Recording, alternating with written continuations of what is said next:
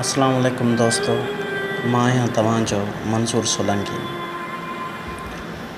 हज़रत अली खां कंहिं पुछियो त या अली, तव्हांजी ज़िंदगी में का अहिड़ी हसरत जेका रहिजी वई हुजे?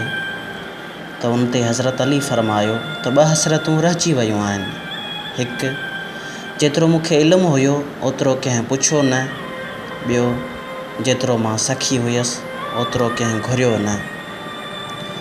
ज़िंदगी जा 3 उसूल यादि रखो। हिकु, उन माण्हू खां ज़रूरु माफ़ी वठो जंहिंखे तव्हां चाहियो था। ऐं ॿियो, उन खे न छॾियो जेको तव्हां सां प्यारु करे थो।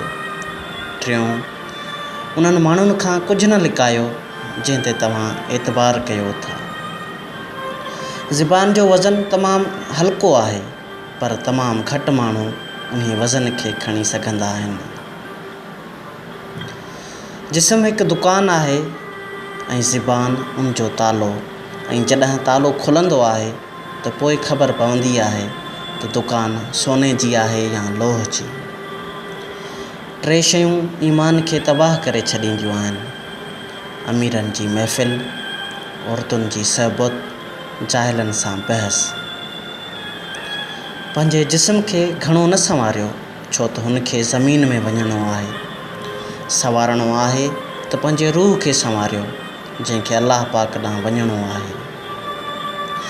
सुठनि माण्हुनि जी ख़ूबी उहा हूंदी आहे त उन्हनि खे यादि नाहे कबो, उहे यादि हूंदा आहिनि। रिज़िक जे पोयां पंहिंजो ईमान ख़राबु न कयो, छो त रिज़िक इंसान खे ईअं ॻोल्हींदो आहे जीअं मरण वारे खे हुनजी मौत। रिश्ता खून जा न पर अहसास जा हूंदा आहिनि। जेकॾहिं अहसासु आहे त अजनबी पंहिंजा थी वेंदा आहिनि, ऐं जेकॾहिं अहसासु नाहे त पंहिंजा बि अजनबी थी वेंदा आहिनि। लफ़्ज़ इंसान जा ग़ुलाम हूंदा आहिनि, पर सिर्फ़ु ॻाल्हाइण खां अॻु में। ॻाल्हाइण खां पोइ इंसानु पंहिंजे लफ़्ज़नि जो ग़ुलाम थी वेंदो आहे। कंहिंजो ऐब तलाश करण वारे जी मिसाल ईअं आहे जीअं मख सॼो ख़ूबसूरत जिस्म छॾे फट ते वेहंदी आहे।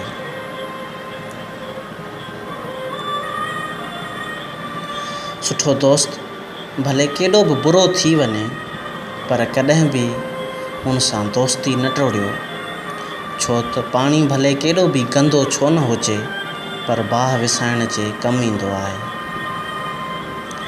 ज़िंदगी जे हर मोड़ ते सुलह करणु सिखो, छो त झुकंदो उहो आहे जंहिं में साहु हुजे, बाक़ी अकड़जण त मुर्दा जी निशानी आहे।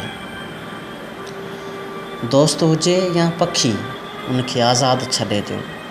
मोटी आयो त तव्हांजो आहे, ऐं न मोटियो सम्झो त उहो कॾहिं बि तव्हांजो न हुयो।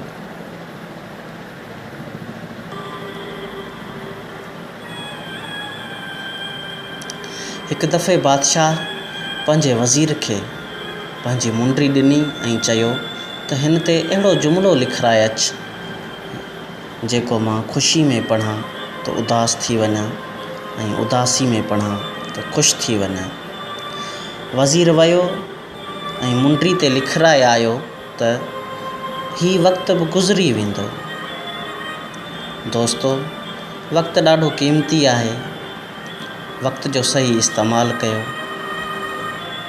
ऐं अहिड़ी ज़िंदगी गुज़ारियो जेका ॿियनि जे लाइ मिसाल बणिजी वञे।